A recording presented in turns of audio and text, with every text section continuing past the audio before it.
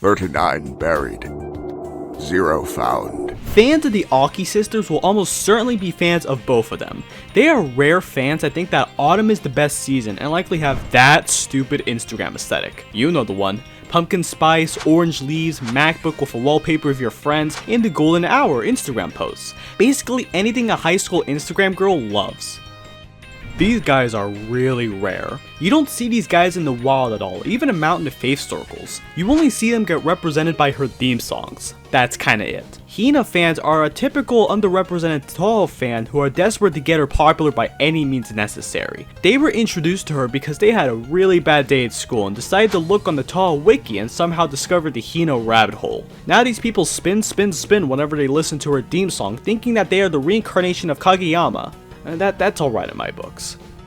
As an engineer and a kappa, think of these people as nerds who excel in the STEM field at school. Anything related to math, science, or engineering are their specialty. Granted, these people are closeted Touhou fans at school, but online, these are the type to post random chemical formulas on Twitter or have a search history filled with obscure blueprints. Most have never played the games in their life and found Touhou through Iosis remixes in 2014. The ones that do play the games, they likely developed them as well. If you ever heard of the Touhou Game Jam, they likely can make games in less than 7 days and somehow have a good quality to them. Wild.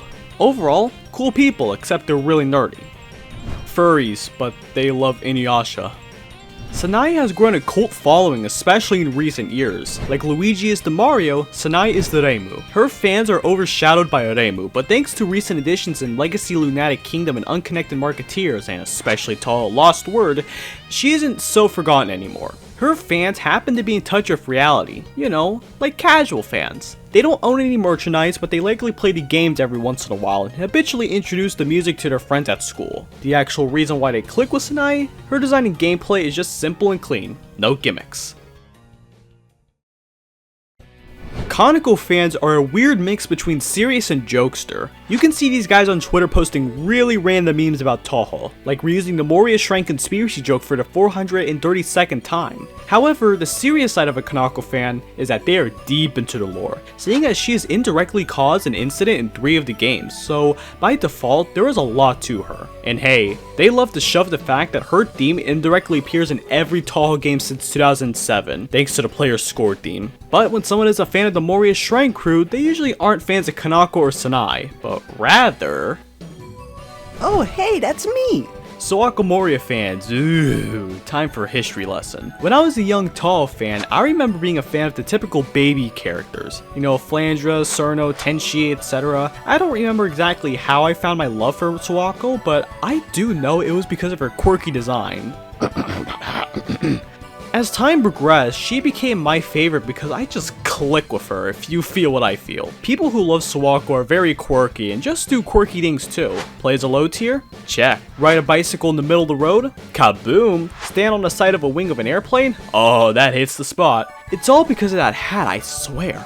They aren't really good artists or good players in games, but they love to meme around. Even though Pearl Drop is not a Suwako fan by heart, thanks to him, she is associated with shitposting. Anywhere you go, there's going to be a shitpost and people immediately think, Suwa fan? Why? Suwako fans click with Sanae and Kanako fans well, and their top 10s are usually the same thing with the Moria crew in the top 5. But if you somehow find a Suwako fan that is not a shitposter, they're artists.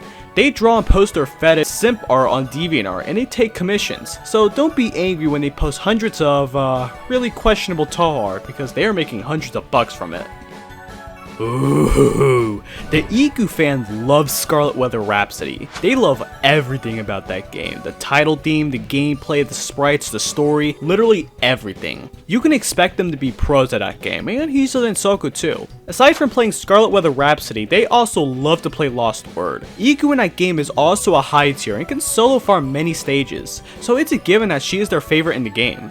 You know, now that I think about it, they are the type to be really proficient in other games. Like, think of Mario Kart. You can see them play with meta combos and attempting to perform speedrun tricks, and failing miserably. When you see them stream, they have bombastic reactions, but they have good faith, which is A-okay. A true Tenshi fan understands the pain of how she was downgraded from Scarlet with a Rhapsody to anonymity of common flowers. She went from a silly yet threatening character to a silly character with extra silly on the side. Aside from having the common trait of being disappointed by her downward spiral, these people love vibrant colors. Her overall design just screams bright MS Paint colors, which is appropriate seeing as she debuted in Scarlet with a Rhapsody. Tenshi fans may also be memesters on the side, seeing as they belly laugh whenever they see her eating a peach quickly. Trust me, they laugh at anything Tenshi related. Finally, the rarest type of Tenshi fan are the Hisoten and Soku pros. She is a high tier who could do serious damage, and seeing one at max power is just, it's a sight to behold in its own right. You know those kids at school that are all alone in lunch and never talk in class? Well, that's the average Kisame fan. You don't see them often, and that's because they hide in their giant wooden buckets. They likely banded together and celebrated when Kisame got added in the Lost Word, and even better when she's a high tier. But these guys want more. Don't worry, Kisame fans, I'm fighting for you. We are going to get that Kisame ult. Yamame fans like spiders. My friend's husband loves her for whatever reason, so,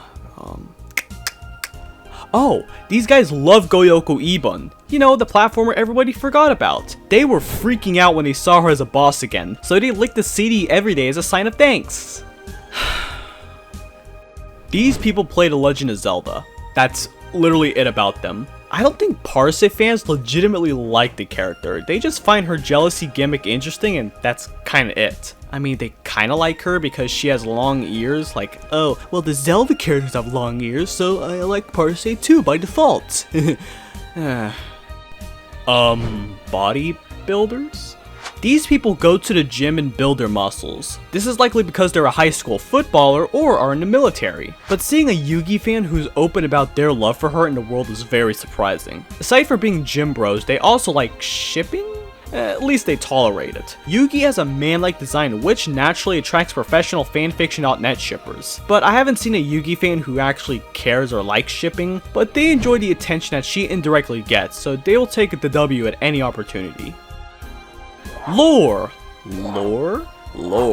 Satori fans are weird, mostly because I don't understand them. I hear that her mind reading ability is what attracts people to her, but they likely played Subterranean Animism and discovered their love for her when they listened to her unusual demon and looked at her design for the first time. And that's a compliment coming from a series with strange designs. Her third eye and mysterious personality clicks with a typical Touhou basement dweller. They have a superiority complex too, seeing as they think Satori is the superior Komeiji. They likely go to sleep in a cold sweat next to their Satori figure, knowing the cold reality that she will never be as popular as Koishi. Oh well, at least they have Foul Detective Satori. I'm sure that's a good manga. Ew! Rin Kaenbyou, These guys are the biggest Subterranean Animism stans. They think that it is the best Touhou game of all time. No. You can see them attempting to score on Subterranean Animism, but they fail miserably and they still defend it on Reddit for some reason, because guys, Orin in our stage 5 theme is so freaking good. Well, you see, that's why Subterranean Animism is the best game of all time, in my opinion. And also, Phantasmagoria of Flower View is shit. Aside from being bootlickers, they love cats. They likely play gacha games and only collect cat girls from them. Basically, if she has a cat ear, an Orin fan will freak out in kawaii desu blushing style. Bold and Brash describes the typical Oku fan. They can be of various talents and creeds since she is a mainstream character, but the most common types are the ones that can draw. Oku has a bold design which demands attention, and thus lots and lots of fan art. Maybe a little questionable, but they really love rock remixes of Touhou themes and probably have a large library of Touhou doujins. Less common of the Oku fans are the cosplayers, more specifically, the crafters. Oku has a large arm cannon, and seeing that cosplayer crafters are absolutely crazy, they own a large orange hexagon in their closet, somehow not making their parents look at them weird. You can see these guys at convention masquerades and commonly winning podium positions in them, thanks to the arm cannon. Of course it's the arm cannon.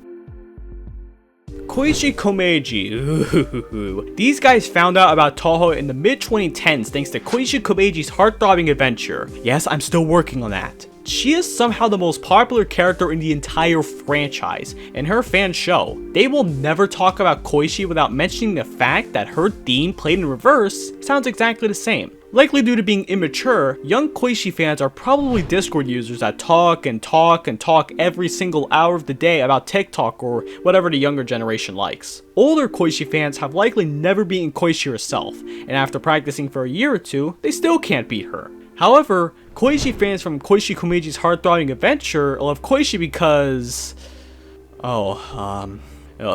yeah, I gotta go. I gotta go.